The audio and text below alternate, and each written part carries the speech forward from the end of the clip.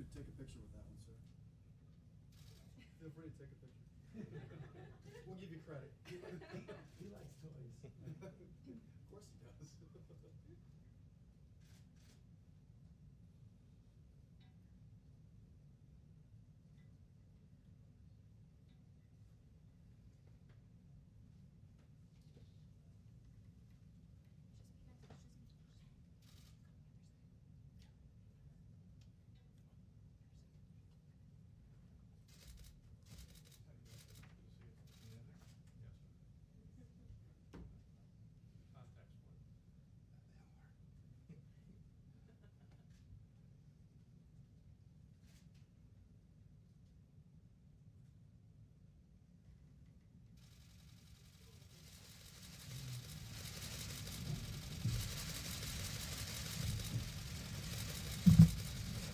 Thank you very much. Thank you.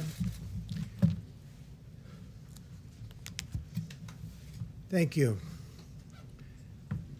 This is a holy week when religious believers across the nation will observe Passover, Good Friday, and Easter. Millions of Jewish families begin Passover at sundown tonight, a sacred, unbroken tradition that traces back to the ancient land of Egypt.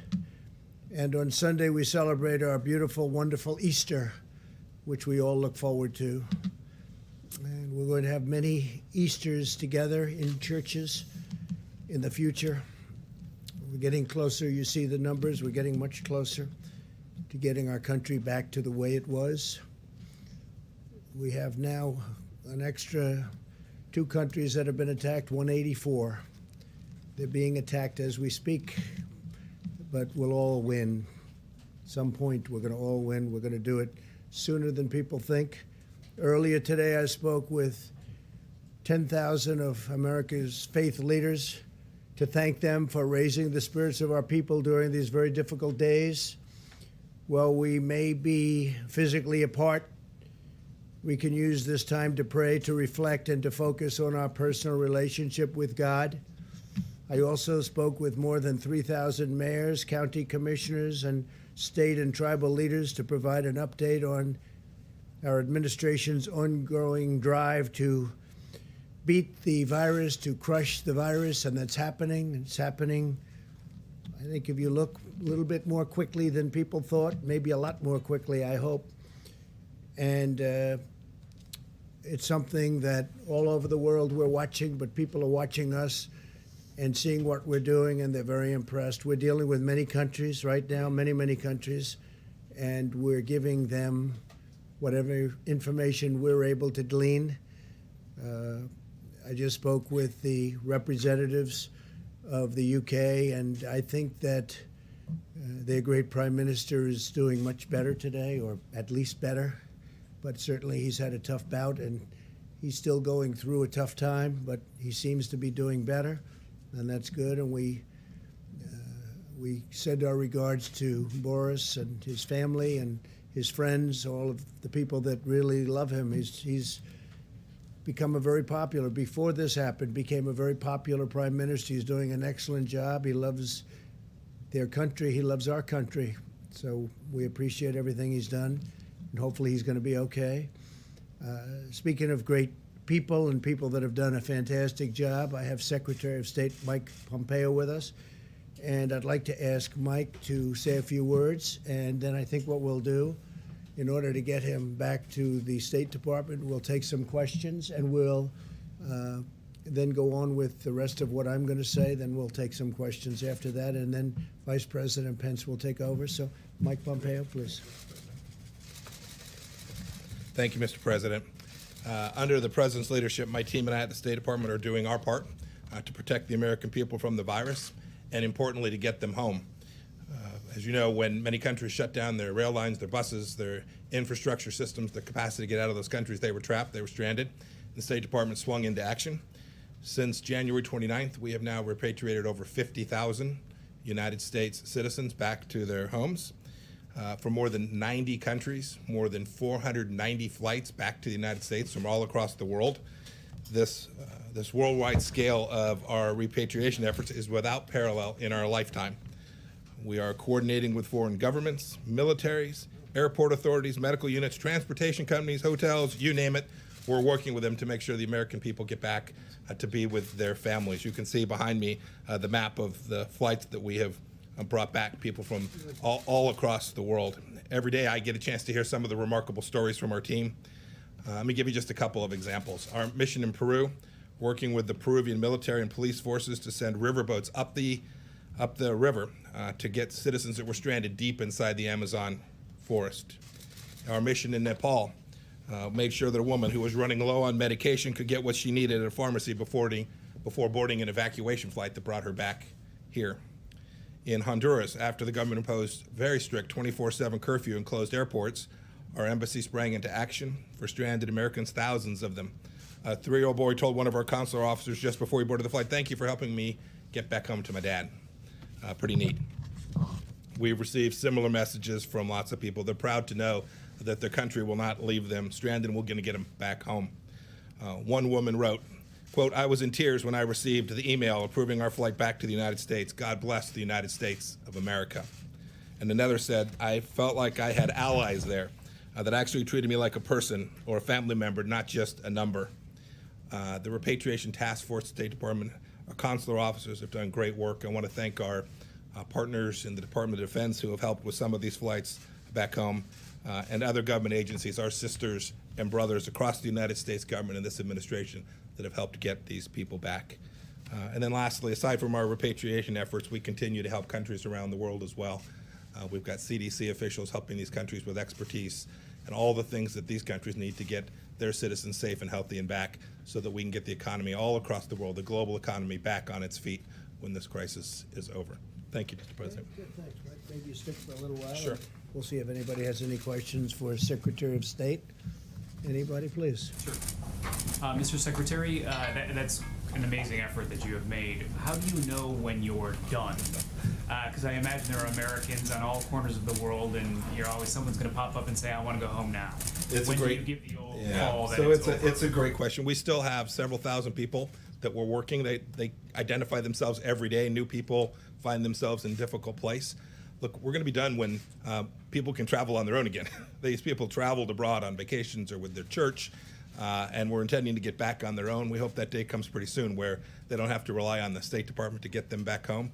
But know this, in the meantime, we're devoting all the resources we have to get them there, often in difficult places. They're not in the capital near the airport, or the roads are closed. And so it's not just a matter of getting a flight down there. There's a lot of work that has to be done to coordinate, to make it all happen and get those people available so they're sitting there when the flight lands, they can get on the plane, and then we can get them back home.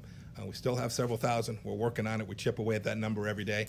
But new citizens go to the State Department website, identify themselves, and say, "I need a little bit of help in some way," and we do our best to get that to them just as quickly as we can. You'll keep it up indefinitely. We're going to keep it up as long as we have resources to do it, and there is a need.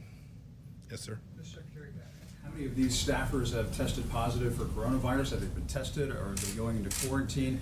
And what does this do to diplomatic efforts overseas? If you're pulling 50,000 people out of national capitals, nation capitals all over the world. So the vast majority of these 50,000 weren't our officers. These were ordinary citizens who were there traveling for business or for commercial or for their trip of a lifetime. We've seen some of that in the cruise ships, but of course they're stranded all over the world. So our embassies, save for the one that is in Wuhan, which we did pull everybody out of, the rest of our facilities around the world are all open. We've had a handful of our folks now test positive. But we feel like we have a good handle on it, and we're doing everything we can to make sure that not just the State Department officials, but our Department of Defense colleagues that are working on these missions as well are doing so in a way that reduces risk to them and their well-being also. Yes, ma'am. Thank you so much. Do you feel like China withheld critical information from the United States, and will there be any consequences for that? You know, this is not the time for retribution, but it is still the time for clarity and transparency. We're still working on this problem set. There's still data that these good people need so that they can perform their analysis of how to both develop therapeutics and a vaccine and to understand where this virus is. So every country, China included, every country needs to be transparent about what's gone on in their country. They need to share that data. We share ours with the world so that the best scientists in the world can get to the right conclusions and bring this economy, this global economy, back to the place that we all want it to be as quickly as we can. Every country has that responsibility. It started in China, and so they had that special responsibility to get it right quickly and fast. Ask every country as we move forward in the days and weeks ahead, make sure we share that. Do it right, do it well. When we do, we'll get this thing back But going. early on, should they have shared their data sooner with the United States? Every country has an obligation to share that information accurately, timely, completely, transparently, and thoroughly, just as quickly as they can gather it. We'll leave for another time to evaluate how everyone did in that. Go ahead, Thank you, President Trump. And Secretary, I have a question. The World Health Organization has a fundraising drive for about $700 million for coronavirus resources. China has only donated $20 million. The United States actually has donated less. So do you feel that China should be giving more to this World Health Organization effort? And could you comment on the U.S. donation? You want to say something, Mr. Well, President? you could just say we held. At this point, we're reevaluating our funding with respect to the World Health Organization. Now, this is very consistent with what President Trump said since the beginning of his campaign. Organizations have to work. They have to deliver the outcomes for which they were intended. And we need to make sure that not only the World Health Organization, but every international organization, that we take taxpayer money and give it to them for the benefit of America. We need to make sure it's delivering on those taxpayer dollars. The World Health Organization is no different in that respect.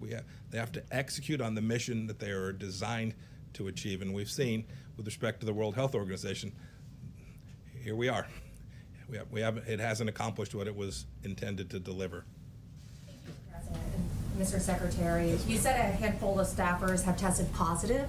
Are they going to get the hydroxychloroquine treatment? Is that going to be made available to personnel overseas? I don't know the answer to that. But know that we'll deliver the best medical care every place we can. Some of them are in difficult places where there's not a lot of medical help. We've done our best to move that medical assistance forward to them in the field. Jeff?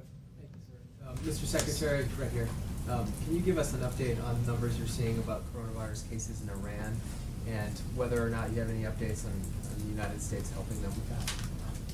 So with respect to our assistance to Iran, we've offered from the first day we knew that the virus had struck the people of Iran, we offered humanitarian assistance. I regret that they chose not to take that. I've heard people talking about sanctions. The world should know there are no sanctions that prevent humanitarian assistance, medical supplies, pharmaceuticals from going to Iran. We offered American assistance. We've tried to help other countries get assistance in there as well. We've had some ability to do that. I don't have any better data than what you've seen publicly than I could share with you with respect to the extent of the virus inside of Iran. Thank you, Mr. Secretary. Are you allowing exports of medical supplies at this time, or what's the status of that? So you've seen, we're making sure that we have what we need for the American people, whether that's gloves. I'll let the Vice President talk to numbers on that. But at this point, what we are doing in terms of assistance is providing what most of these countries need to learn how to do surveillance themselves, to learn how to conduct tests themselves, to learn the things that can reduce the peak in their countries. Those are the kind of things. And we've been doing this, you should know. The United States has been incredibly generous. We have CDC officials like no other country in the world out helping these nations build out their healthcare, global epidemic healthcare infrastructure. It's good people like that you see sitting to my right that have been working on this all their life, all around the world, putting these countries in a place where they're better prepared for a virus like this one. Have any U.S. diplomats or U.S. officials contracted the virus as they've tried to rescue U.S. citizens abroad? Not that I'm aware of. Not that I'm aware of, but there's no doubt. I remember when we sent our team to get our officials and about 800 American citizens, non-government citizens that were living in Wuhan. I remember when we sent one of our first repatriation flights in there, we were very careful. We sent trained professionals in, but they were going into a very, very difficult, very fraught place. We were blessed. They all got back with no one having contracted the virus on that trip. I'm not aware of any of our officials that have had the virus attack them while they were performing their functions, trying to get people back. And we have a number of State Department officials who have COVID-19 now and are working their way through. In fact, we've had 3 fatalities of local employees, not U.S. direct hires, but local people who were working for the State Department and embassies around the world. We've had 3 fatalities so far. So there have been some calls on the World Health Organization for a leadership change there. I was wondering what your thoughts are on that. Senator Martha McSally, for example, has called for Dr. Tedros to resign. I don't want to look. This is not the time to be doing that kind of change. There'll be a lot of time to look back and see how the World Health Organization performed.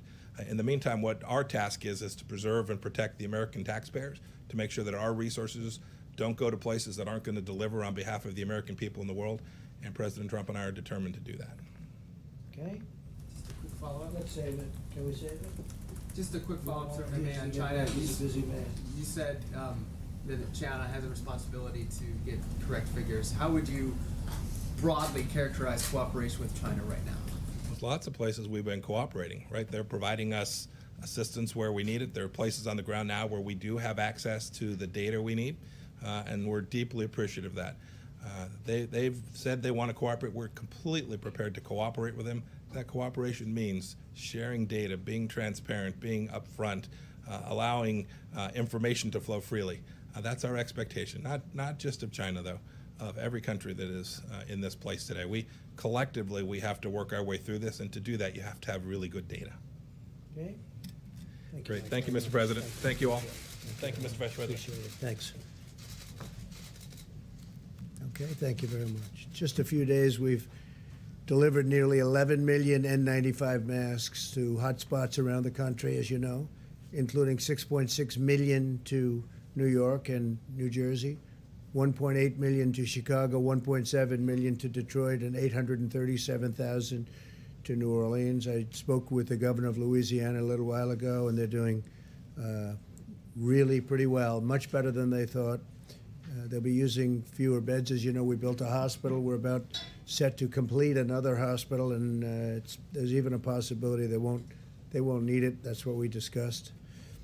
To date, we've shipped out more than 8,000 ventilators, and we have almost 10,000 sitting there ready to go should we need them, and an additional 2,200 newly manufactured ventilators come online on Monday. We're going to be sending them to various locations just in case they need them.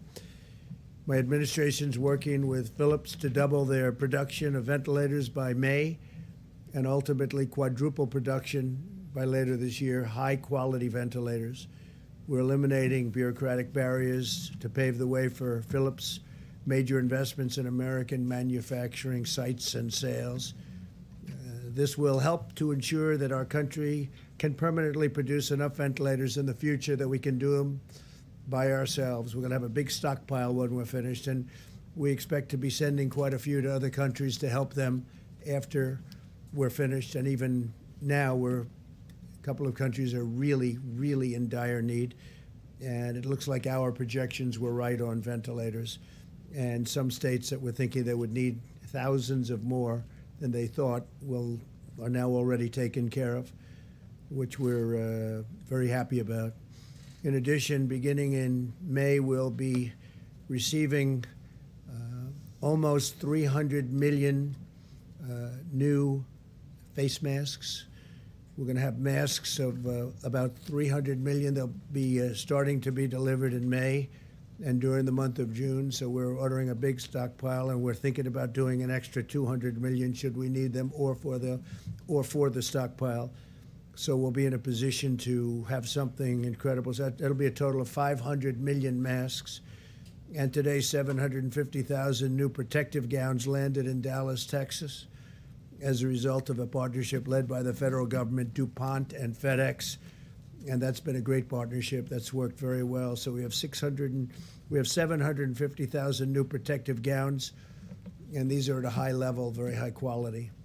As American industry steps up to help, so are America's doctors and scientists. 10 drugs are now in clinical trials, and my administration is taking unprecedented actions to make new therapies and treatments available without delay. The doctors, the lab technicians, the companies, I spoke to them yesterday, I spoke again today.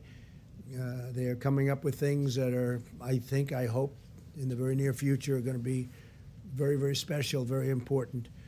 Our national stockpile is now equipped with nearly 30 million hydroxychloroquine pills.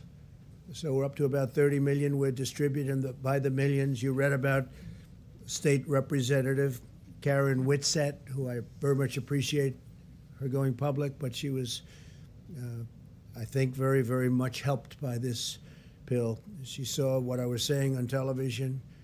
She thought she was in very bad shape. I don't want to go further than that, but you see her story, you know her story. She's a highly respected state rep from Michigan, and I think she did a great service, what she's done. She's in terrific shape. She looks fantastic, and she was very generous with her statements. In addition, the zithromycin and zinc, they say zinc.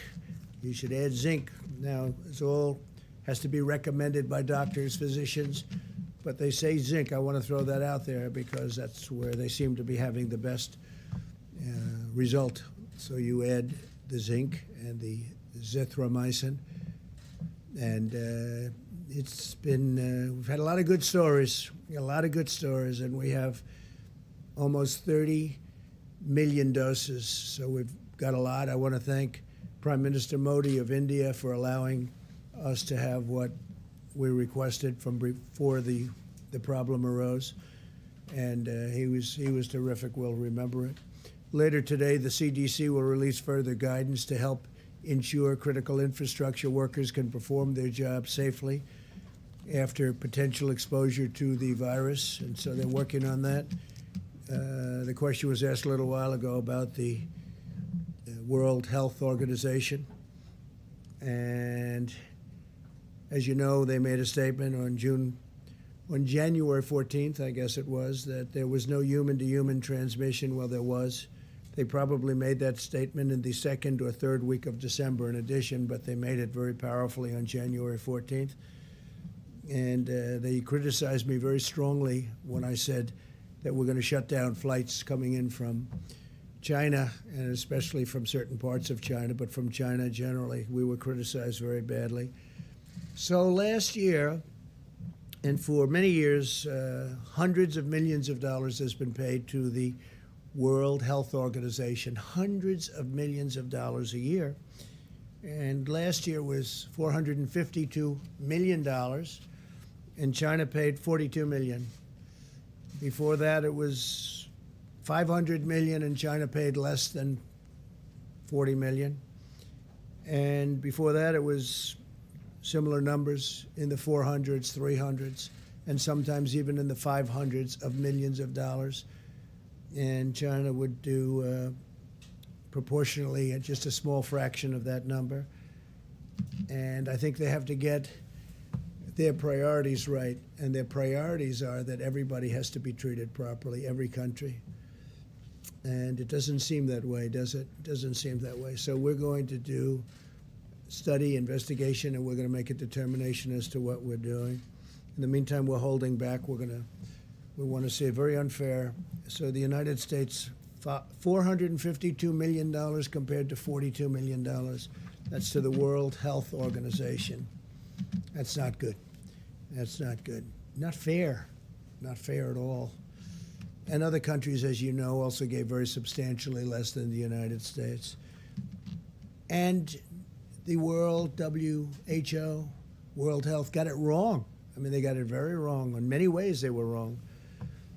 They also minimized the threat very strongly, and not good. I want to take this opportunity to express the thanks of an extremely grateful nation to the Americans who go to work every day, especially in these critical industries in the midst of the pandemic, to care for and protect and feed American people, including medical personnel, law enforcement, first responders, food suppliers, sanitation workers. And somebody mentioned today, would you please specifically call out cashiers and clerks at grocery stores who are in danger during the pandemic, during the epidemic. They're in danger. They're really in great danger. And they've been incredible, and I want to call them out, to cashiers and clerks. We grew up with cashiers and clerks and grocery stores, and they've been great, and they've really been true American heroes. So I want to call them out because they're working hard, and they're working in conditions that aren't ideal, but soon they'll be ideal again. as we mourn the terrible loss of life for this and from this grave pandemic, we're seeing signs that our aggressive strategy to slow the spread is working. The number of new cases is stabilizing. The number of beds necessary in so many locations. I was watching this morning New York. I was watching Louisiana. You see what's going on. The numbers are changing, and they're changing rapidly, and soon we'll be over that curve. We'll be over that top, and we'll be headed in the right direction. I feel strongly about that. Some terrible days ahead, but we're going to have some wonderful days ahead. And we're going to get this behind us, this terrible thing behind us. Some people will never be able to forget if they had a loved one, if they had a great friend or a friend. But we're going to get it behind us. This is a tribute to the discipline and the devotion of the American people, what we've accomplished. If every American continues to strictly adhere to social distancing guidelines, we can defeat the invisible enemy and save countless lives, so we can do it much more quickly. We're hopefully heading toward a final stretch, the light at the end of the tunnel, as I was saying. As we continue to wage all-out medical war to defeat the virus, we're also fighting an economic war to ensure we can quickly turn to full financial strength. We have to get our country back. We have to get going. Everybody wants to get going. Yesterday, I asked Congress to provide an additional $250 billion to expand the incredibly successful Paycheck Protection Program. You've seen what's gone on there. It's incredible, actually, which is allowing our small businesses to keep employees on the payroll and get ready for the opening. Like a second opening to protect millions of American jobs. I'm asking Congress to pass additional funding for this program this week as soon as possible. And I think we have pretty good understanding with the Democrats. Hopefully it's going to be bipartisan.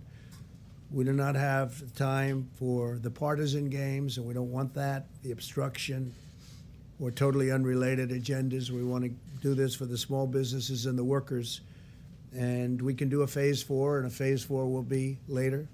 This will be an expansion of what we've already done because it's so successful. The $350 billion will be expanded by hopefully $250. And if you look at the kind of loans, thousands, tens of thousands of loans to small businesses, it's a great thing to see. It's turned out to be more successful and more productive than anybody would have thought. But Democrats and Republicans are coming together to get that job done. That's a very important job. In recent days and days ahead, will restore America's health and economic might, but also dimensions of our national strength will be brought together, I think we have a chance to be stronger than ever before. We've learned a lot. And we have tremendous stimulus now, tremendous stimulus. And we're going for more. Hopefully we'll be doing an infrastructure bill so we can rebuild our roads and highways and bridges and tunnels and all of the things that we should be doing for our country. We're going to rebuild our country, not other countries where they don't even appreciate it. As our citizens persevere through this present challenge, we're renewing American unity, and we're replenishing American will, and we are witnessing new American valor each and every day. We see it every day. The daring and determination of our people in this crisis reminds us that no matter how hard it gets, no matter what obstacles we must overcome, Americans will keep on fighting to victory, and we will secure the glorious future that our citizens so richly deserve, especially after going through this nightmare, this evil beast. So we're getting very close, and hopefully it will. Hopefully it's on the other side, and it will end soon. And I think it will. And I just think that the people of this country are fantastic. So we'll take a few questions, and then Vice President will take over. Please, go ahead, please. Thank you so much, Mr. President. ABC is reporting that your intelligence committee was warning about the virus as early as November and produced a detailed report about the outbreak in China. When did you first learn about the intelligence, and could you have acted on it then? Well, I learned when I learned about the gravity of it was sometime just prior to closing the country to China. And when we closed up the flights coming in from China and various other elements, and then, as you know, we closed up to Europe, So I don't know exactly, but I'd like to see the information. Yeah, please. President, a lot of Americans want to see businesses reopen, to Yeah, get back so to do work. I, more than anybody. So what specifically has to happen for you to feel that it is safe to reopen the country, and what is your plan to do that? Well, I think we can say that we have to be on that downside of that slope and heading to a very strong direction that this thing is gone. Now, we could do it in phases. We can go to some areas, which some areas are much less affected than others. But it would be nice to be able to open with a big bang and open up our country, or certainly most of our country, and I think we're going to do that soon. You look at what's happening. I would say we're ahead of schedule. Now, you hate to say it too loudly because all of a sudden things don't happen, but I think we will be sooner rather than later. But we'll be sitting down with the professionals. We'll be sitting down with many different people and making a determination, and those meetings will start taking place fairly soon. So you wouldn't do that until the health experts tell you it's safe to do it? Yeah, I would rely very heavily on them, yeah. Do you think, is there a system for monitoring and testing that you're looking at? that Yeah, will we're putting lead in, that to be we're putting in very heavy testing systems. We have the best testing systems. And again, don't forget, when we look at cases, I'm looking at I'm not going to insult anybody, I'm not going to insult any country, but I'm looking at countries that are showing less cases than us. That's testing. We're testing more than anybody. And you saw exponentially more than anybody by far.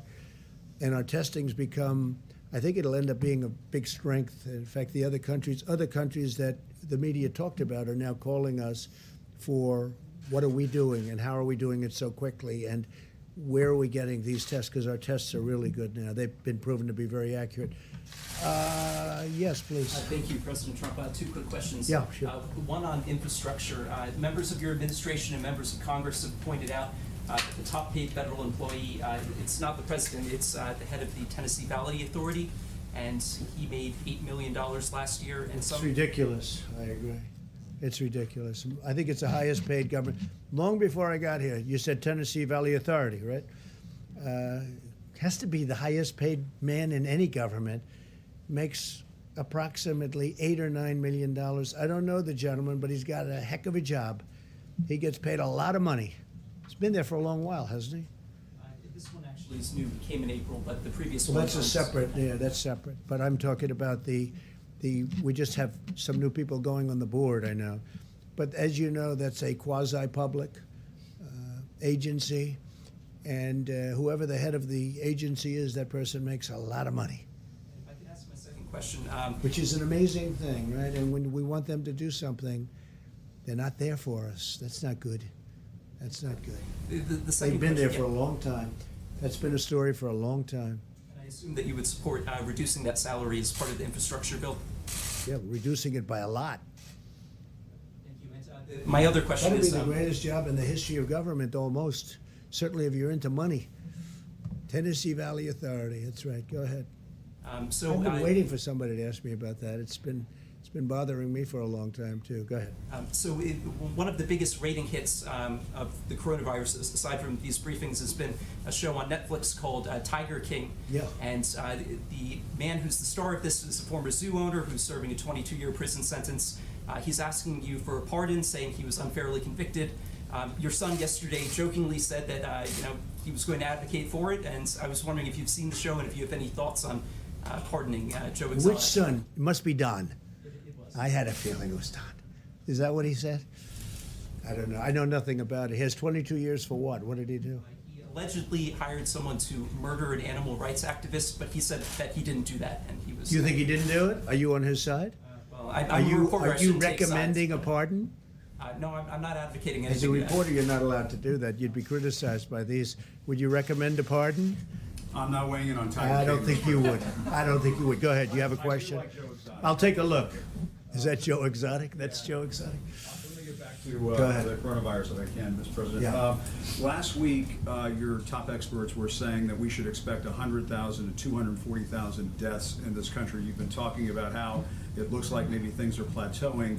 Are these numbers now being revised downward? I know you don't want people to stop social distancing and that sort of thing, but what can you tell us about the numbers? Are they being revised? My impression, Jim, is those were the numbers that were set, and they were set as an expectation from quite a while ago. I think we're just doing much better than those numbers. If either of you would like to talk about that, it's a fair question. You want to come up, Deborah? I know Dr. Redfield said something about it too. Yeah, so I think many of you have done the analysis of the same models that we utilized. And if you do the models of the models, you end up with that range. At the same time, we carefully looked at Italy and Spain, and we are doing much better in many cases than several other countries. And we're trying to understand that. We believe that our healthcare delivery system in the United States is quite extraordinary. I know many of you are watching the Act Now model and the IHME model and they have consistently decreased the mortality from over almost 90,000 or 86,000 down to 81,000 and now down to 61,000. That is modeled on what America is doing. That's what's happening.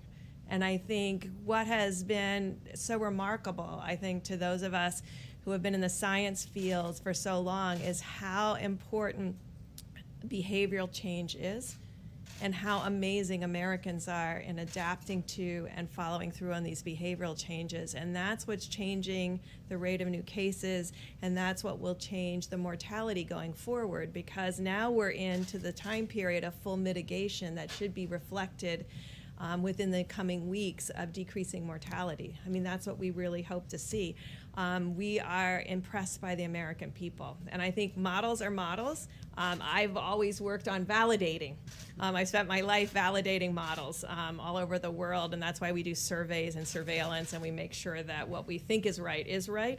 I think this will change how people look at respiratory diseases, because it will change what is possible when the globe, and particularly the American people, do this level of mitigation. And I think, as I talked about yesterday, we are still in awe, really, of the American people's strength in this and following through. If I could just ask Mr. President. Yeah, I'm going to do that. I'm going to ask Bob to come up just for a second. Director, I think that's it. They have done, everybody has done, everybody a great job. So those were original projections, and we don't want to say anything about beating it yet, but I think we will have a very good chance to beat them very substantially. Bob, please. Thank you, Mr. President. I just want to add to what Ambassador Burke said. I mean, this is a consequence of the commitment of the American people. You know, a lot of us have always had challenges changing behavior, whether if it's exercising regularly or different habits with smoking. When it affects us, what's been remarkable to watch here is how the American public has changed their behavior when it protects the vulnerable. I think that's really what I'm so proud to see. Mr. President, just a follow-up on something from yesterday and a quick, just yes or no question. Yesterday you said you had not seen Peter Navarro's memo on the coronavirus back in January, February 23rd. Were you ever briefed on those memos? Did you ever discuss those memos with anybody? I don't remember that. I've now seen the memo. I saw it. Peter sends a lot of memos. I didn't see the memo. As you know, World Health was saying that was not correct because at the time they called it wrong. But I didn't see the memo, but I acted as quickly as people were shocked that I acted so quickly, and everybody thought I was wrong because I did act so quickly, as you know, with respect to closing the borders, with respect not only to China, but with Europe. I closed the borders, and I think that was very important. But no, I didn't see the memo at the time, but I have seen it since. Yeah, please. One other quick Wait a minute, question. Jim, let me do a couple of others. We'll go back. The head of the World Health Organization today warned against politicizing. I agree with that. And he said that consequence of this politicization could actually create more body bags. It's a pretty vivid image. I mean, what do you believe the consequences of the U.S. pulling out its funding of the WHO? Well, I think when you say more body bags, I think we would have done, and he would have been much better serving the people that he's supposed to serve if they gave a correct analysis. I mean, everything was, I said, China-centric. Everything was going to be fine, no human to human, keep the borders open. He wanted me to keep the borders open. I closed the borders despite him, and that was a hard decision to make at the time. We were all together. We made a decision against the World Health Organization. So when he says politicizing, he's politicizing. That shouldn't be. But look, we spend $450 billion, $452 billion, almost $500 billion last year, hundreds of billions in previous years. And they got to do better than that. They got to do better. When you talk about politics, I can't believe he's talking about politics when look at the relationship they have to China. So China spends $42 million, we spend $450 million, and everything seems to be China's way. That's not right. It's not fair to us, and honestly, it's not fair to the world. Okay, question in the back? Yeah. Thank you, Mr. President. There's breaking news today, and a couple of reports from a couple different outlets that Jared Kushner's team is seeking to create a national coronavirus database, a tracking system for patients who've been diagnosed. Now, his spokesperson said that that's not true. Yeah, it's not. I have never heard about it. Doesn't sound like a bad idea, actually, but I have not heard about that. Be okay with it if it. I don't know if I'd be okay. I have to see it, but it sounds very scientific, and it sounds like it could be good based on tracking, but it also has to do with rights and lots of different constitutional questions. I have not heard that at all. Okay, so some people are concerned it would be like the post 9/11 Patriot Act, that it ultimately led to the FISA abuse. Are you concerned FISA about abuse, that? of which I was the one abused, and a couple of other people, in all fairness. No, I don't know anything about it. I haven't heard it. I mean, I'll speak to them. I don't think so. They would have told me. I would have known about it.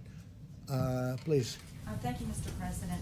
The Nevada delegation is unhappy because smaller casinos and businesses that make profit from gaming in Nevada found out they're not eligible for the CARES Act PPP money. Is this, and I talked to one member who said You gaming. mean because of the number of employees? Because of the number of employees. And yet they're small business. And they thought gaming would not be treated any differently than any other business with this. Was this Well, an I could look oversight? at that. I could look. It's a great state, and I will take a look at that strongly. Are you talking only the smaller casinos? Yeah, I'll take a look at that. Fine. I don't mind that. Please. Yeah, we'll take a look. Yeah, we haven't heard. Nobody saw me about it, but I'll look at it. It's a great state. They do a great job, so I'm going to look at it very strongly. I understand what they mean. Please. Thank you, Mr. President. Turning to the economy, what if you urge Americans to go back to work and they don't listen to you? Would you leave that up to the governors, to businesses, to citizens to decide when it's safe to stop social distancing? Well, when you say they don't listen, I think they're going to listen. They want to go back. Everybody wants. They're going stir crazy. They've been in those houses and those apartments, and they've really been. They've done a great job. Again, when you look, the question was just asked about, about how are we doing compared to projections. Those were just original projections.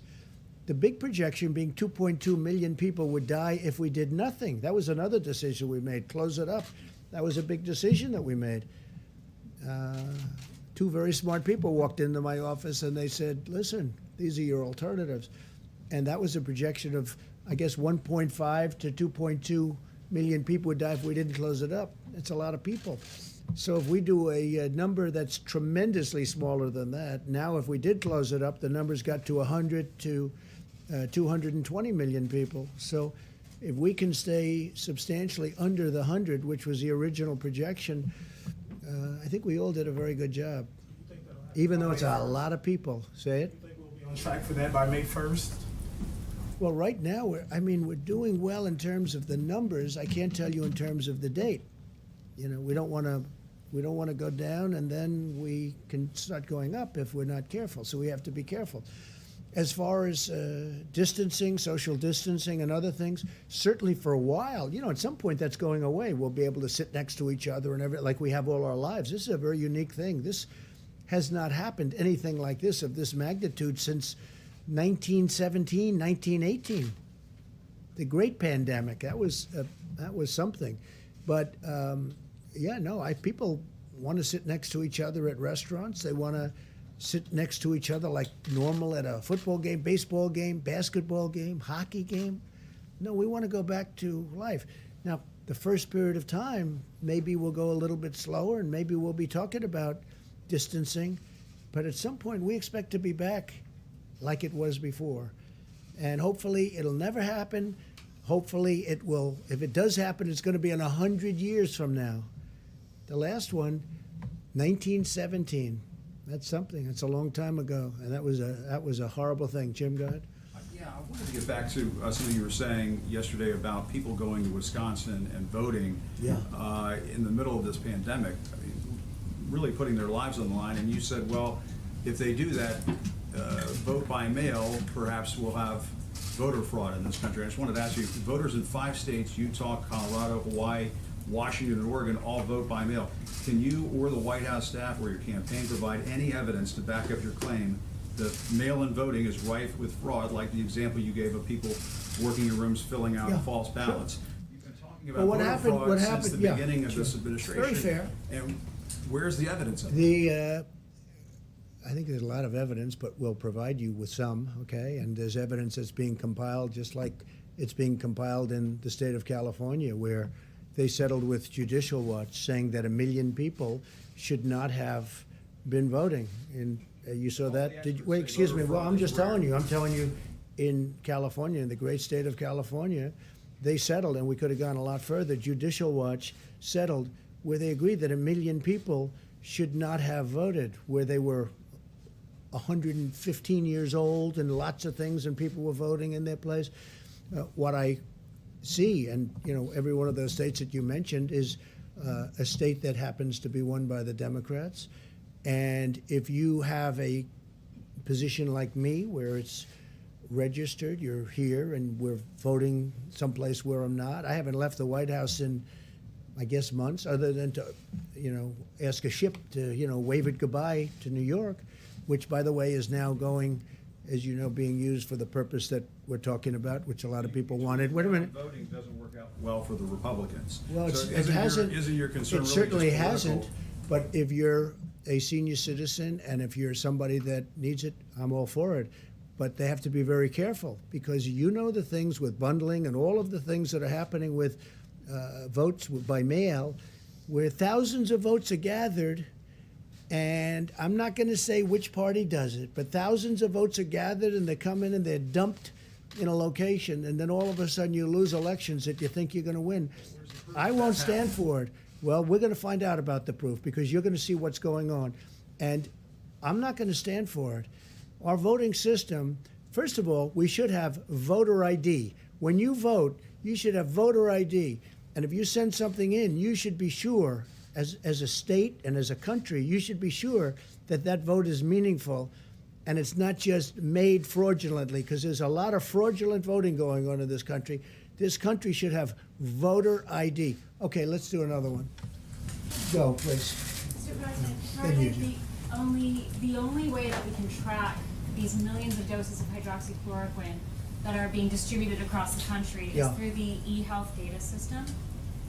How systematically is your task force watching this? Well, I think it's very systematic, We're distributing the hydroxy all through the country. It's being distributed in large amounts. We have it coming in now. We were up to 29 million doses, then we went to 30 million doses. But we have it coming in all throughout the country, and much of it's being distributed. In fact, it'll start going down what we have in our stockpile. And again, it's had, I hope it works. Again, I'm not a doctor, as you possibly have found out. I'm not a doctor, but I'm a person with common sense. And we've had some very good results over the course, including a woman who just reported it 2 days ago. Yes. Through the eHealth data system, are they? I think no. We're looking to provide it in many different ways. In many ways, in certain instances, we've been asked. In the case of Michigan, we've been asked who the governor of Michigan would like to. I think she's become a big fan of it as a medication, as something that's going to help with this horrible virus. And we're delivering it to the governments of various states when they ask. So certain states are asking, certain governments are asking, and we're delivering it directly to the government. Yeah, please, go ahead. Thank you very much, Mr. President. We know many people around the world are paying close attention to this press conference. So on behalf of Where are you from? Media, Where are you from? I'm from Taiwan. Good. Yes. On behalf of Foreign Media Group, I'd like to ask you 2 questions. First question is that the French President Macron called Iranian President Rouhani and say that Europe has started to ship the medical goods to Iran. Will you consider The medical goods? Yes. That doesn't bother me. Yeah. So will you think? If they're sending medical goods to Iran, it doesn't bother me. No. Okay. Okay? Yeah. So the other question is that the world also paying attention to the U.S. election. So we are also we know that Bernie Sanders has dropped out I today. did see that today. Yeah. Well, he didn't really drop out. He didn't really. What about his delegates? I mean, he said he's going to keep his delegates, and which is sort of interesting. He's going to keep his delegates, and he'd like to get more. Now, is he dropping out or not? That's not dropping out. When you keep your delegates, and then you want more delegates before you get to the convention, that's a weird deal going on there. I don't know what's happening. So And I don't know why President Obama hasn't supported Joe Biden a long time ago. There's something he feels is wrong. Why isn't he'll come out? I'm sure he's got to come out at some point, because he certainly doesn't want to see me for 4 more years. We're not. We think a little bit differently. You know what? I'll tell you. It does amaze me that President Obama hasn't supported Sleepy Joe. It just hasn't happened. When's it going to happen? When is it going to happen? Why isn't he? He knows something that you don't know. That I think I know, but you don't know. So it'll be interesting. But with Bernie, I saw his standard fare today. I watched. And I hope that a lot of Bernie Sanders people, just like they did last time, we got a tremendous percentage of Bernie people. And I think they voted for me largely because of trade, because Bernie and I agree on trade. We agree that the United States has been ripped off by virtually every country they do business with. The difference is I've done a lot about it, and I'm doing more about it. And we've made incredible trade deals, including USMCA, the deal with China, and then all of a sudden that gets disturbed by this virus situation. But China has to spend almost $250 billion on purchasing our products, $40 to $50 billion with our farmers. And the Bernie Sanders people are big believers on what I'm saying on trade, and I got a lot of them in the last election that surprised people, but it didn't surprise me. No, those are great people. They're great people. But I just, look, I'm looking at Bernie Sanders. I watched this morning, and I said, what is that all about? Mike, you saw that, the delegates. He's not giving up his delegates. He's keeping them, and he said he wants to get more of them. And I think he's doing it to negotiate, I assume, but I don't know. That's a hard thing to do. Yeah, Jeff, go ahead. Mr. President, OPEC is meeting with Russia tomorrow and some other countries to discuss oil prices. Yeah. Oil prices are at $23 a barrel. Oh, that's good. Finally, somebody knows something when they ask a question. What is your message to them ahead of their meeting tomorrow? Will the U.S. consider a coordinated cut of production here? I don't think, look, we already cut. You know, we're like very market oriented. If you look at Texas, and if you look at North Dakota, and if you look at some of our states that do this very well, they've already cut way back. You know, they cut back automatically. But in the case of Russia, in the case of Saudi Arabia, they increased production at a time when you didn't need it, and then they got hit by the virus, which knocked out 40% of the market, and now they're flooded with oil. Look, I just say this. You have 2 countries that are getting hurt very badly. Russia's getting hurt. That's their primary source. And Saudi Arabia, that's definitely their primary source. And it doesn't make sense that they flooded the market for whatever reason they did that for themselves. It's an argument that they had. And I think they'll straighten it out. A lot of progress has been made over the last week. And it'll be interesting to see what comes out of OPEC tomorrow. But OPEC, obviously, for many years I used to think OPEC was very unfair. I hated OPEC. You want to know the truth? I hated it because it was a fix. But somewhere along the line, that broke down, and it went the opposite way. And we have a tremendously powerful energy industry in this country now, #1 in the world, and I don't want those jobs being lost, okay? What will you do, just one follow-up to that, sir, what will you do if they don't end up cutting We'll tomorrow? see. I mean, I have a lot of options, please. Got a lot of good options, Jeff. Beauties. I might like it even more. Now you'll watch. Let's see what happens. Hopefully they can make a deal. Let's go. Thank you, Mr. President. Clearly, Americans are getting very anxious to go back to work. I There's agree. something optimistic. Including me. Still very vague. Now that the IMHE model specifically has been adjusted down to 61,000, when are we going to open back up? Can you give us a better date? Is it going to be April 30th, May 1st? You said adjusted back down 61,000. What was adjusted back down? The IMHE model, the one that originally predicted like between 100 and Yeah, go 200,000. ahead. Well, it's still a big number, right? 61, right? That's a big number. Go ahead. But can you give us a more specific date? Will it be Well, I don't April wanna do that. 30th, Look, May 1st? I had a date, and I thought it was a very aspirational date. It's turning out to be very interesting because a lot of good things are happening by Easter. But I had a very aspirational date. I didn't think you could make it. I didn't say we would do it by Easter, but I said, boy, wouldn't that be great to shoot for Easter? That would be a great day, beautiful day, very important day to a lot of people like me and like some of you in the room, maybe all of you in the room, frankly. But Easter is a very important day. So I had aspirationally, I said, let's see if we can do it at Easter, but I said it would be very tough. And I was criticized for that. So I don't like giving dates. And that wasn't a date. That was just an aspiration. That would have been incredible.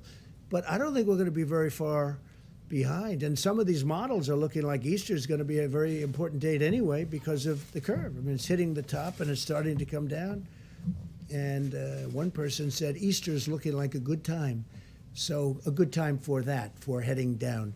So we'll see what happens. Look, there's no reason to do that. We have a lot of good things happening. When I spoke to the governor of Louisiana today, he said, Tony, they need far less beds than they need. I said, well, good, because we're building 1,000-room additional. We built them 1,000 beds, and now we're building another 1,000. And I said, listen, is there a way that we don't build? I don't want to build them if they don't need them.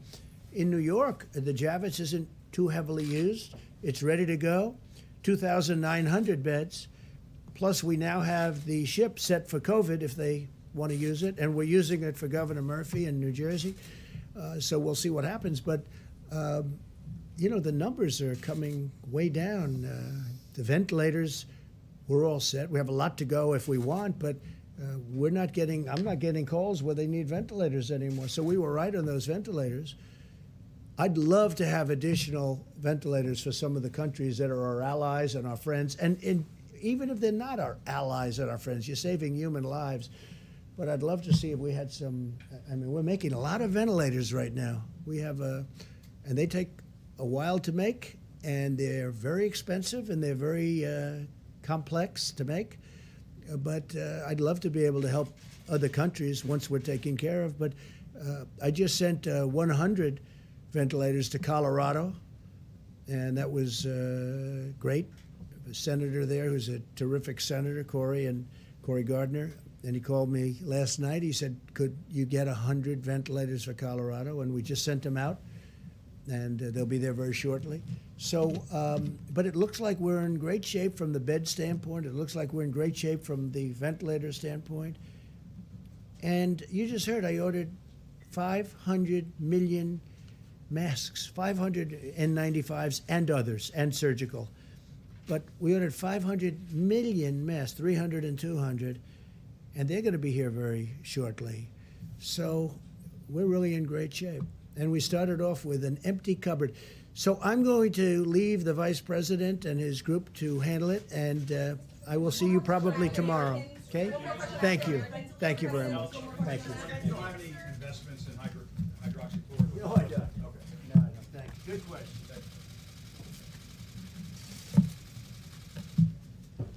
You all can come up if you want. I'll be brief. Well, good evening, everyone, and to our fellow Americans out west, good afternoon.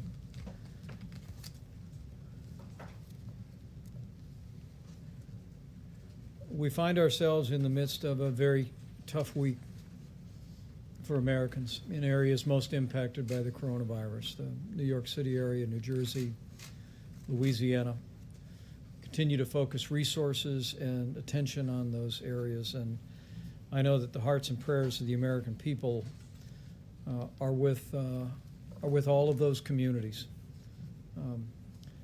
But in the wake of more than 1.9 million tests, we see more than 400,000 Americans have tested positive for the coronavirus, and sadly, we've lost more than 14,000. We grieve, but as the good book says, we do not grieve like those who have no hope.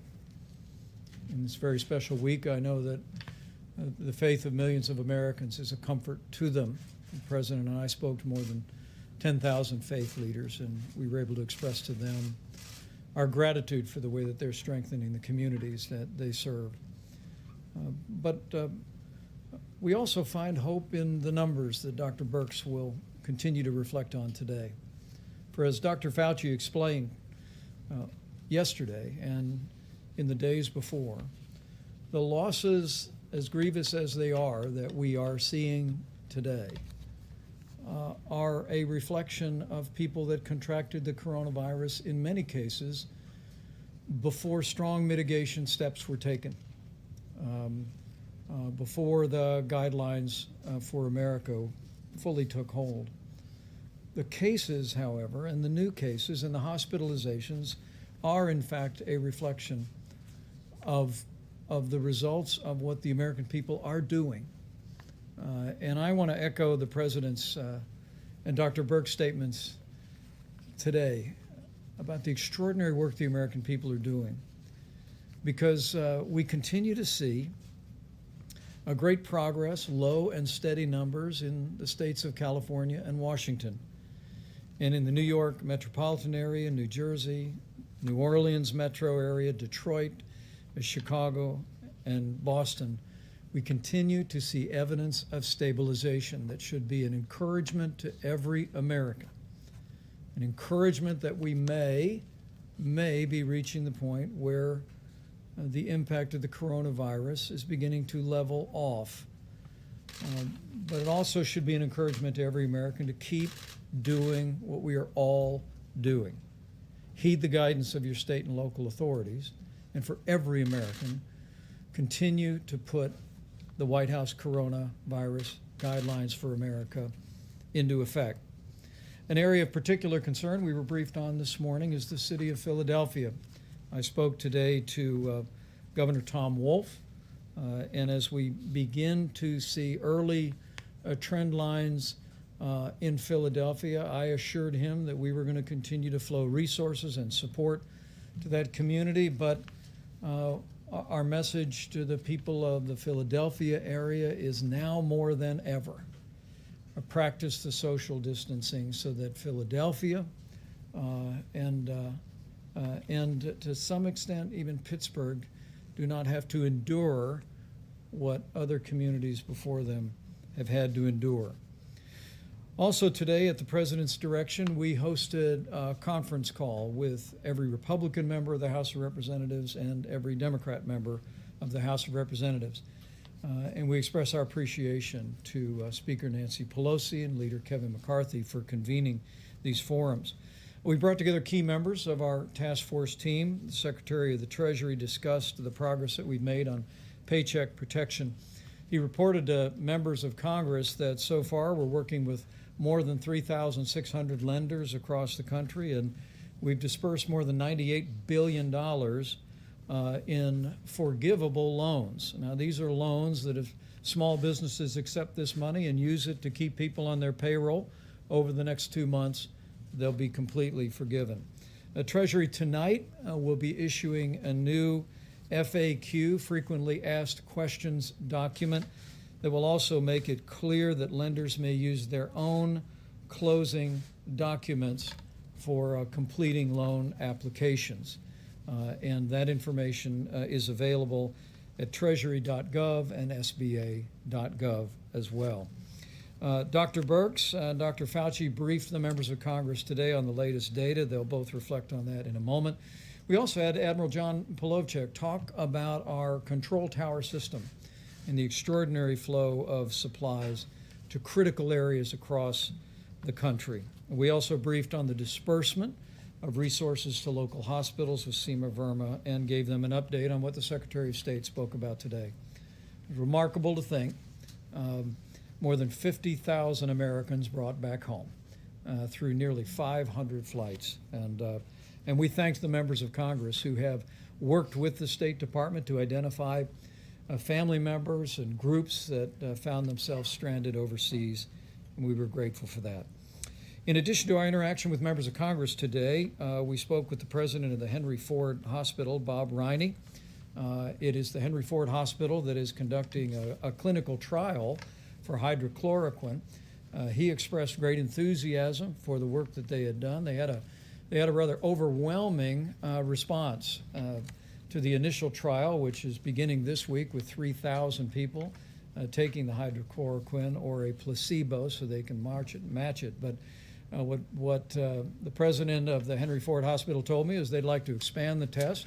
I put him in touch with Steve Hahn and the FDA, and we'll be adding several more clinical trial paths to look at impacts on particular demographic groups, including seniors and minority populations, and more on that in just a moment. In the category of supplies and support, the president, as of today, has signed 52 major disaster declarations. Vermont was the latest approved, and states have stood up some 27,000 National Guard that are aiding in coronavirus response. On the critical subject of ventilators, we do have currently more than 8,000 ventilators in our strategic national stockpile, and distributed more to the Navajo Nation and to Colorado today. But also today we received the good news that the first delivery of newly manufactured ventilators from General Electric and Hamilton arrived at the strategic national stockpile, and as the president said, we'll be adding newly manufactured ventilators to our resources to be available as the coronavirus epidemic reaches critical communities around the country. On the subject of the air bridge, 4 flights scheduled to arrive today, primarily focused on gloves for our incredible healthcare workers. One flight alone had nearly 19 million gloves, another 8 million, another 15 million, and the like. And the American people, I think, would be very proud to see this vast array of now well more than 50 flights that are bringing in supplies from all over the world. And again, working through FEMA, we're directing those resources with the guidance of our scientific experts to the communities most in need. As we announced yesterday, the White House Coronavirus Task Force has requested that CDC and our team assemble data on the unique impact that we're seeing reported on African Americans from the coronavirus. Dr. Fauci spoke about it yesterday, and will reflect on his perspective on that as well. Tomorrow, with the Surgeon General and others on the White House team, we'll be speaking with leaders in the African American community, and as Dr. Fauci will reflect, there have been historic challenges in the healthcare of the African American communities, particularly in our inner cities, and now more than ever, I'll just say from my heart to all of our African American family members, now more than ever, practice the guidelines. Look after those most vulnerable, people that have underlying serious health conditions. It's more important than ever that we all put those principles into practice. Finally, today, I'm going to have, after we hear from Dr. Fauci and Dr. Birx, I'm going to ask Dr. Redfield to step up, because today the CDC will be publishing new guidance on essential critical workers who have been exposed to COVID-19 but don't have any symptoms, don't have a temperature, and don't have any reason to believe that they have the coronavirus. At the present moment, the guidance is that if you have been in proximity to someone who did test positive for the coronavirus, that the guidance of CDC is that even with essential critical workers in industries from healthcare to food supply, that we ask people to stay home for 14 days. The new guidance tonight will hopefully make it clear that there would be an opportunity for those people playing such an incredible role in our nation's response to be able to return to work and to do so safely. And finally, let me just say again how inspired we are at the response of the American people to the coronavirus epidemic. Each and every day, as we see the beginnings of encouraging news, the low and steady numbers in California and Washington State, and now beginning to see numbers of hospitalizations going down and new cases leveling, and in some cases going down. We all hope it is the beginning of a trend. but we also hope it's an encouragement to every American to keep doing what you're doing, not just for your own health, for the health of your loved ones, but because we want to make sure that all of us are doing our part to make sure that the fewest number of Americans possible are exposed to the coronavirus. Given the fact that this, I remind you, is 3 times more contagious than the flu, each of us has a role to play in slowing the spread. That's what the 30 days to slow the spread is all about. It's about protecting your health. It's about making sure that our healthcare workers and our healthcare system is not overwhelmed by the coronavirus, and ultimately it is about saving lives. We talk about the numbers, and I'm going to ask Dr. Birx to come up and reflect on them, but I think all of us know this is one American at a time. It's one heartbreak at a time. Having lost loved ones in my life, just like everyone here and everyone looking on, we want to work every day to make that number of losses the lowest possible. And it will take all of us to do it and to keep doing exactly what we're doing through today. Dr. Birx. Thank you, Mr. Vice President. I just want to start where the Vice President left off. I come out of the services, Army. We always talk about honoring the fallen, and I think for every American, what we can do now to honor the fallen that have fallen and given them really their deaths to this horrible disease, to the healthcare workers that are in the front lines trying to save every single one, to honor them, and to honor our elders and the individuals that we know are at the greatest risk for bad outcomes. We all need to continue to do our work. Yes, the number of cases is stabilizing, but I do want to go through those numbers with you because we talk about these as micro epidemics in metro areas and in rural areas. So in the New York metro area, which includes obviously northern New Jersey, Connecticut, and Rhode Island, there are still 11,000 new cases per day, and their positivity rate on their testing is still in the 40% plus range. So there's still a significant amount of disease there, and everyone needs to continue to follow the guidelines. New Orleans metro area, 800 new cases per day, but a seropositivity rate on their testing of 28%. Detroit metro area, 1,400 cases per day, 26% positivity. Chicago, 1,200 cases per day, and 18%. Boston, 18% positivity, 1,100 cases per day. Denver has fallen to 180 cases per day, but still has 15% seropositivity in their testing. California and Washington have stayed stable at about Seattle, 350 cases per day. On the LA metro area, 800 cases per day. But their test positive rates are remaining in the 9% range. And so this really gives us some idea of what it takes. They have been continuously mitigating. Imagine what we're talking about, New York going from 40+% seropositivity and 11,000 cases a day down to the LA metro area of 800 cases per day and 9%. So this is what, when the president talks about reaching the top and coming down, those are the kinds of things we need to see. And the only way we will see them is if every American continues to follow the guidance. Now, in the Philadelphia metro area, where I come from, it's 1,400 cases per day. This, of course, includes Camden, the counties around the Philadelphia metro, and Wilmington. And in the Baltimore and the Washington, D.C. area, 15% seropositivity and 500 cases per day and 200 cases per day in Baltimore. This is how we're looking at it, county by county, metro by metro, rural region by rural region, to make sure we don't miss anything. And we're triangulating testing data with the attack rates, with the hospitalization, with the number of cases, and really creating a mosaic of who needs what when to ensure that every American is served well.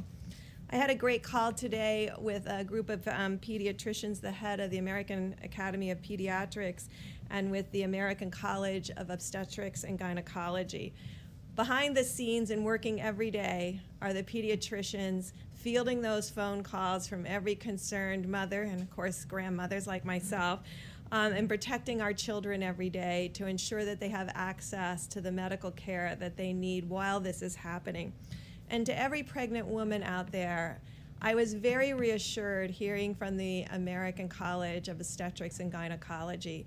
They have put amazing things in place to protect every pregnant woman.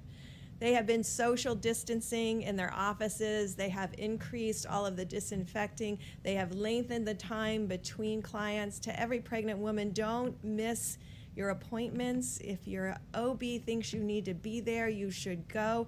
And please know that on the labor and delivery wards, they are doing everything to protect you and their babies. They are committed to you. They are absolutely committed to you having a good experience. Make sure if your physician believes you should be in the hospital for your delivery, make sure you're following their guidance. We don't want any pregnant women to suffer a bad outcome during this time. So again, I just want to conclude by thanking the American people and recognizing the number of people we're losing per day is serious to all of us, and it could be so much worse. But our frontline healthcare providers and the way they're talking to each other about how to improve care for every individual that they serve, you see them on the TV, you see them in the emergency room, you see what they're up against.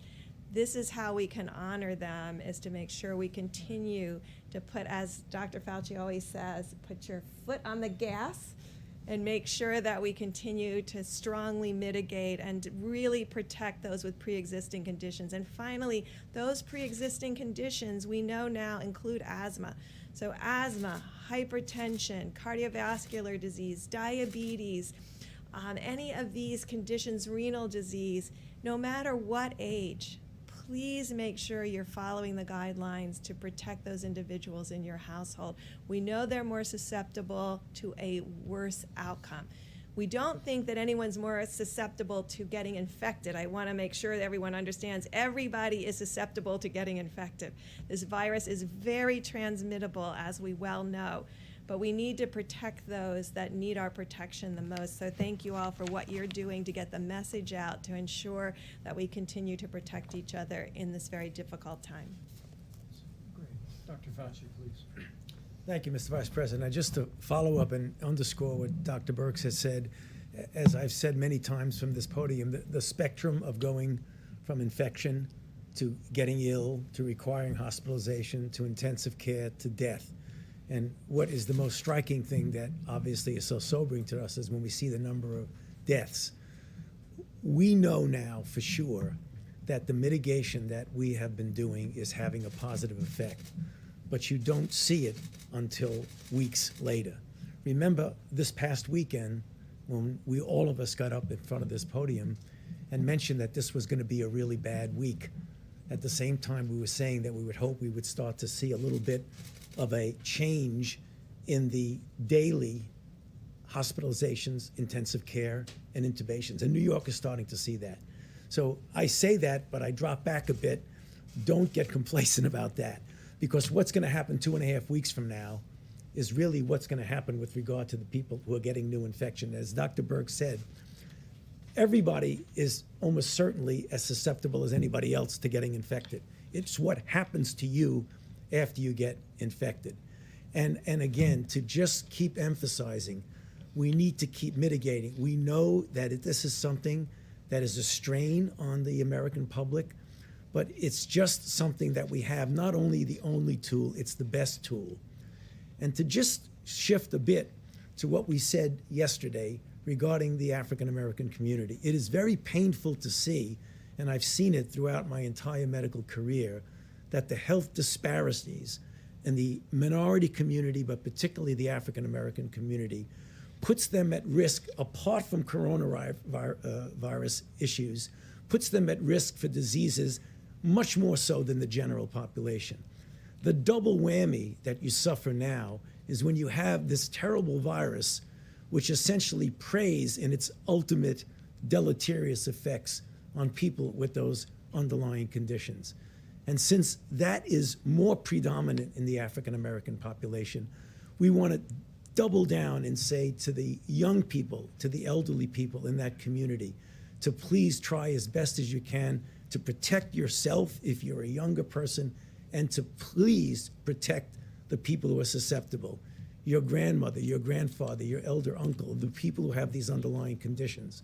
Because we are not going to solve the issues of health disparities this month or next month. This is something we should commit ourselves for years to do. But what we can do now, today, is to prevent people who are put at higher risk because of their demographic group from getting into a situation which is much, much more deleterious than the general population. So I plead with all of us in the population, but particularly for those of us, our brothers and sisters in the African American community, because we know that mitigation does work. The reason we know it works is the question that was asked about the numbers, that why they came down, or the projections. Because remember, what you do with data will always outstrip a model. You redo your models depending upon your data. And our data is telling us that mitigation is working. So again, as Dr. Berg said, keep your foot on the accelerator, because that's what's going to get us through this. Dr. Redfield. Thank you, Mr. Vice President. I just wanted to follow up. One of the most important things we can do is keep our critical workforce working. And I think you heard it said that we have many different critical workforce industries in this country. Obviously, first responders, healthcare workers, but as you heard, it's also individuals who help maintain our food supply, et cetera. And so what CDC has done is that we've really looked at the essential workforce and how to maintain that workforce, particularly at this time as we begin to get ready to reopen and have confidence in bringing our workforces back to work. And so we've put out a new guidance for essential healthcare workers who've been exposed to the coronavirus. These are individuals that have been within 6 feet of a confirmed case or a suspected case, and so that they can, under certain circumstances, they can go back to work. If they're asymptomatic, as the Vice President said, they could go back to work if they do several things, as we say here. Take their temperature before they go to work, wear a face mask at all times, and practice social distancing when they're at work. What we'd ask them not to do while they're at work is we want them to stay at home if they're sick. We want them not to share objects that would be touching their face, and we would like them not to congregate in break rooms, lunch rooms, and crowded places. And in the second slide, if we're talking to the employers of these critical industries, we would ask those employers to take the employee's temperature and assess their symptoms before starting them back to work. If the employee does become sick, we want them to be sent home immediately. We'd like them to increase air exchange in the buildings and increase the frequency of how they clean common surfaces, and really begin to get these workers back into the critical workforce so that we won't have worker shortage in these critical industries. So that's the new guidelines that CDC will be posting today. And those will be available at cdc.gov. And thank you, Dr. Redfield. And we'll have questions for anyone on the panel, please. Just a couple things to clarify. The 500 million masks the president mentioned that are being developed, are those for healthcare workers, or are you planning to actually hand out masks to the American public? I think the focus has been to make sure that our healthcare workers and our healthcare system has the supply. And with regard to what we're gathering from literally around the world, and from manufacturers in the United States is first being deployed to states and to hospital systems. But I must tell you that whether it be the Haynes Company or other companies, we're seeing manufacturers in America that are recognizing the growing demand for masks by the American people, and are spinning up production literally by the hour. But our focus, our continuing focus, is on making sure that healthcare workers have the personal protective equipment to do their job safely and provide the level of care that every one of us would want. Thank you, Mr. Vice President. Kansas Governor Laura Kelly says that she has put in 7 requests to FEMA for supplies from the stockpile, and those have not been fulfilled. So will Kansas be getting any of the ventilators, because the request included ventilators? And does she need to be calling the White House instead? Have you spoken with her directly? I've not spoken to the governor directly, but I'll reach out this evening, certainly.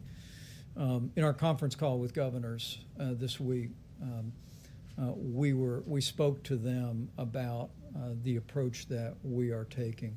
You know, traditionally, governors are accustomed to when a hurricane strikes the Gulf Coast, when wildfires strike out west, when flooding or tornadoes hit in places like Indiana, you're accustomed to have a declaration of emergency approved and then resources flow from FEMA.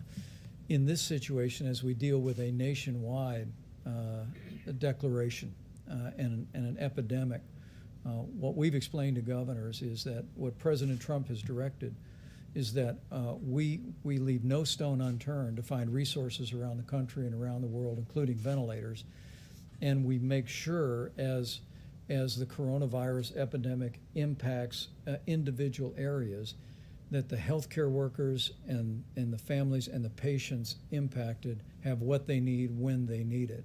And what I would say to the people of Kansas is that we're looking at their numbers every day, just as in the case of every state in the country, and we're going to work our hearts out to make sure that as the coronavirus cases emerge, and we hope that through the great work that Kansas has done on social distancing and mitigation, the people of Kansas have done a remarkable job, that we may well be to a place where their existing resources and capacities are present. But we want people to know that taking the counsel of Dr. Birx and our entire healthcare team, we're focusing, just as we did first in Seattle, California, and now in New York, New Jersey, Connecticut, Louisiana, the Detroit area, the Chicago area. We're going to make sure that those resources go in that order. And so, because you brought up social distancing and the work that Kansas has done, there's actually a controversy right now over her order to limit the number of people in religious gatherings to 10 people. Should states be telling religious institutions how many people can gather if it's to stop the spread of the coronavirus? Well, the President's coronavirus guidelines for America ask every American to avoid any gathering of more than 10 people. And that's on the advice of all of our best scientific experts as a way that we can slow the spread. But as we've made clear to every governor, we defer to our governors in what they believe is the best and appropriate practice in their states, and we'll support those local decisions. Yes, please. Thank you. In his opening statement, the president said there were 10 drugs that are now in clinical trials. Would hydroxychloroquine be one of those? Well, I can speak to that, and then I'll invite Dr. Birx, Dr. Fauci to come forward. We do have, I believe, we will have roughly 4 separate clinical trials underway studying hydroxychloroquine. But it's important to remember that as the President's made the point many times, the FDA has approved what's called off-label use. And so in consulting with your physician, if your physician determines it's appropriate to write a prescription for hydrochloroquine, we're working today to make that available across the country. It's broadly available today as an anti-malaria medication, but we're working around the country and internationally to increase that supply. But we are studying it in at least 4 different clinical trials, and Dr. Fauci can speak to that. So the easiest, thank you for that question. The easiest way to find out is to just go clinicaltrials.gov, and it will tell you everything that's there. There are a number of different clinical trials, some of which are randomized controlled trials, which, as I've said many times from this podium, to me is the optimal way to determine ultimately if something is safe and effective and works. But there are a lot of different ways that that's being looked at. It's being looked at against the placebo. It's being part of a multi-arm trial, comparing it with others. There's a trial that was recently started, actually in prophylaxis among healthcare workers. So there are several of these. In addition to that, there's what was just mentioned now, that any physician in consultation with their patient and back and forth can make the decision to use the drug on an off-label. So we have two things that are simultaneously going on. We're having actual formal clinical trials and the off-label use. Very good. Next, please. I want to turn back to the disproportionate rates of Black deaths when it comes to the coronavirus. Dr. Fauci, you have been talking about this for weeks, that there are underlying health issues. People with underlying health issues are most at risk. But if we knew that Blacks disproportionately have fallen into that category, why wasn't the CDC prepared to gather this data in real time to work to fight this? Well, I'm not sure. Well, we have the director of the CDC here who could answer that question, but let me try to just take it from a different perspective. The health disparities that exist are not anything that started with coronavirus. They were there. So there isn't much you can do about the disparity. The thing you can do is to make an extra special effort to protect people who have the underlying conditions. So it's the same way as we say, well, the elderly and those with underlying condition. Unfortunately, the African American community has a much greater proportion, population for population, of these underlying conditions. So the best weapon we have right now is what I said in my opening remarks, is to do whatever we can to get them to realize that what we need to do is to protect them from getting infected and to also protect them from inadvertently and innocently bringing the infection to people who have these underlying conditions. Thank you, sir. Can you explain the thinking behind these 100 ventilators that were given to Colorado when other states like Kansas haven't had trouble getting ventilators? And can you say whether a personal relationship with the president is helping states like Colorado get these ventilators? I mean, there are 15 states that have more cases than Colorado. Well, what I can say is that we've been watching Denver very closely, and like many of the other key areas that I touched on, we're beginning to see some encouraging news, but in our interactions with the governor and with local officials and with the senator, we've made an effort not only in Colorado but around the country to be particularly responsive to states where we've seen a growth in cases. But I'm going to let Dr. Burke speak to that as well. There's literally beginning with New York, New Jersey, Connecticut, Louisiana, the Detroit area in Michigan, Chicago area. There's a series of other cities, including Denver, that we've been watching very carefully. And while we're beginning to see some encouraging news, we want healthcare workers in those communities to know for certain that we're going to move resources into those areas where we see significant outbreak. Can you just address the point about whether individual governors with relationships with the president are getting preferential treatment? I can tell you within that decision complex is not just the absolute number of cases, it's the hospital capacity and what each of those hospitals have. So remember, I think a couple of days ago we talked about how the states are sending the information about ICU beds, hospital beds, ventilator needs. So different states have different, which I don't think any of us probably knew before this, but there are some states that have lots of ventilators, and there's other states that proportion to their population or by their cases of COVID have less. And so I'm sure Denver and Colorado fit into that model where there were hospitals that had less ventilators proportionally and were needed for the cases that were seen. So that's the kind of analysis. So every state that has a few cases more than Colorado have all received ventilators except for, I think, Texas, and that's just because they are just starting. Remember, Colorado was one early on the curve, so they have many more people have moved through that progress and are in need of ventilators. Texas is very early in their curve in both Dallas and Houston. So that's what I was talking about. Each of these are a micro curve that we have to follow independently, or we would be making general decisions rather than specific decisions by geography. Mr. Vice President, a follow-up on the church's question. You're obviously a very religious man. Will you be going to church on Sunday? We'll be attending church right in the living room at the Vice President's residence, where we've been attending for the last several weeks. The advantage is we get to go to our home church in Indiana.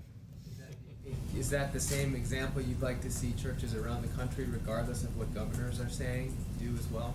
Well, I think the President's coronavirus guidelines for America are very clear, that during this 30 days, we're calling on every American in every state, first to listen to your state and local authorities, but right after that, to avoid gatherings of more than 10 people, avoid unnecessary travel.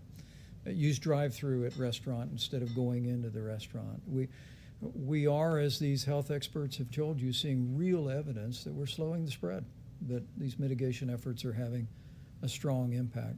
And tonight, as many people, even at this hour on the East Coast, are beginning to sit down to a Seder dinner. It's the beginning of Passover, and with Easter celebrations this Sunday, we just want to encourage every American to heed the counsel of the guidelines, put those into effect, and know that in so doing, we'll hasten the day. We'll hasten the day that we put the coronavirus in the past and we reopen our country. Mr. Vice President, can I ask a question of Dr. Birx or Dr. Fauci? Of course. As you are both probably aware, there's a lot of misinformation, conspiracy theories out there about the coronavirus. There are some commentators who are suggesting that the number of dead are being inflated because they're saying that people who are dying with other issues are being listed as COVID-19 deaths. Perhaps you've seen some of this commentary. You may be too busy to see it, but it is out there. What do you say to those folks who are making the claim without really any evidence that these deaths are being padded, that the number of COVID-19 deaths are being padded? For example, somebody who might die from a number of factors but had coronavirus are being listed as coronavirus deaths, and because of that, the number is being inflated.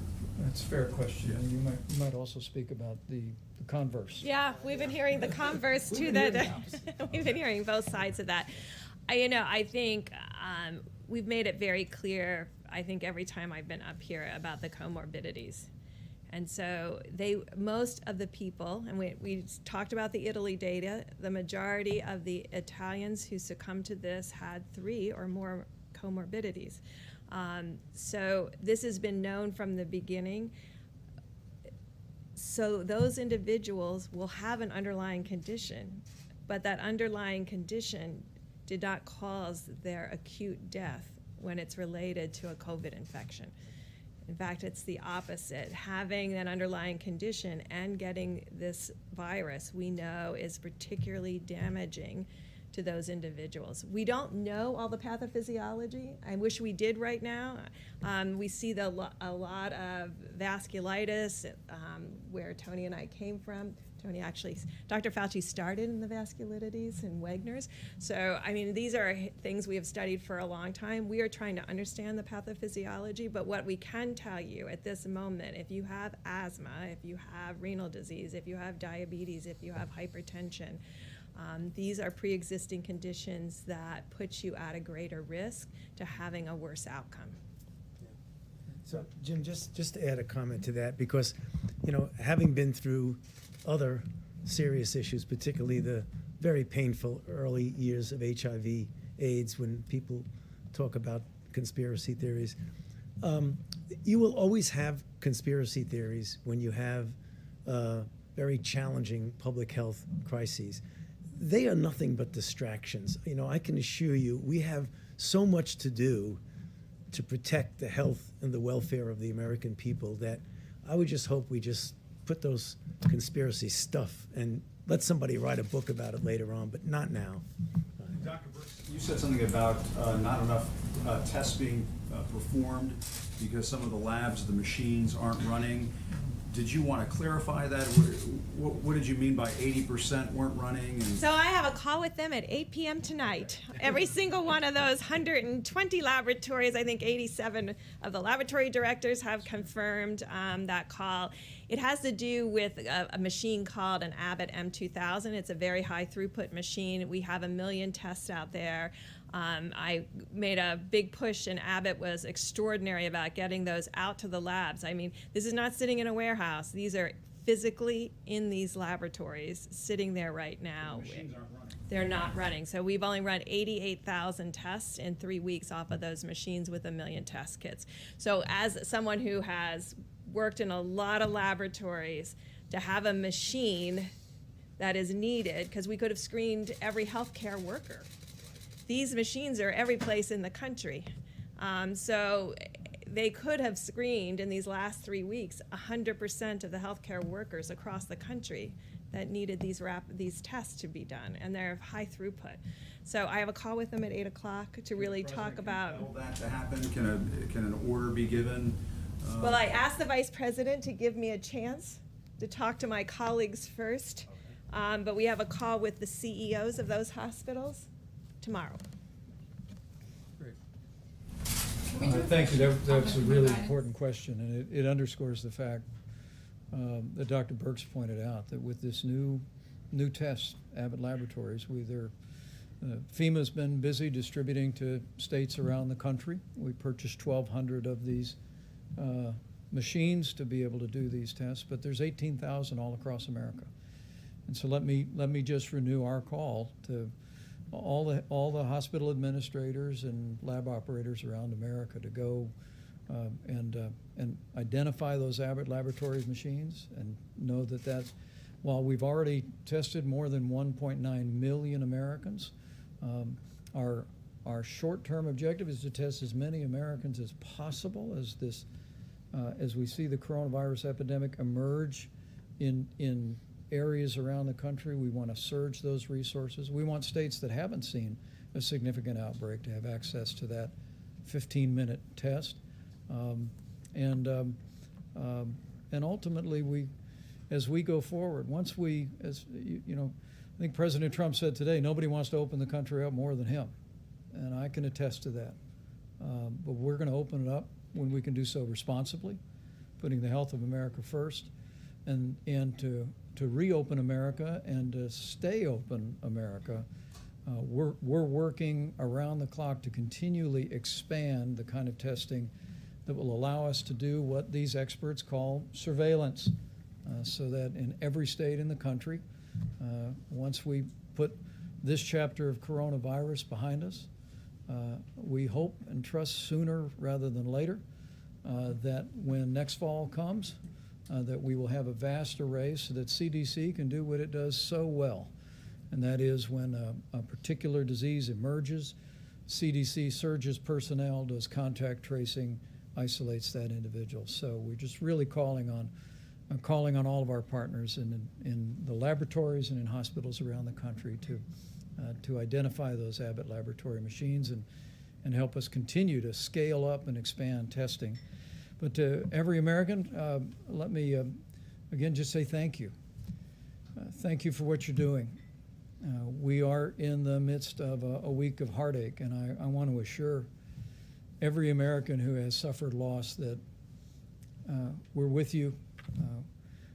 We're praying for you and your families, and we'll continue to work our hearts out to make sure these incredible healthcare workers, who are inspiring every single one of us all across the country every day, have the resources and the support and the equipment to do their job safely, to provide the level of care that any American family would want for their loved one, and to be able to go home safely to their families.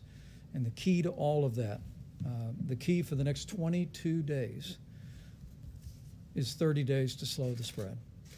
And I just encourage every American, if you haven't done so recently, go to coronavirus.gov, print off your own copy, pick up the phone and call a friend and just tell them that you heard from the experts, you heard from the president and our team, that we're beginning to see glimmers of hope. Extraordinary progress in California and Washington is a tribute to the people of those states and the leadership of those states. But the beginning of stabilization and perhaps even leveling in New York and New Jersey, Louisiana, and Detroit is a testament to the people of those communities, to the leadership of those states, but understand that every one of us has a role to play to protect the most vulnerable among us and to save lives by putting the guidelines into practice, just like you've been doing every day since they were first announced. So thank you all, and we'll see you tomorrow.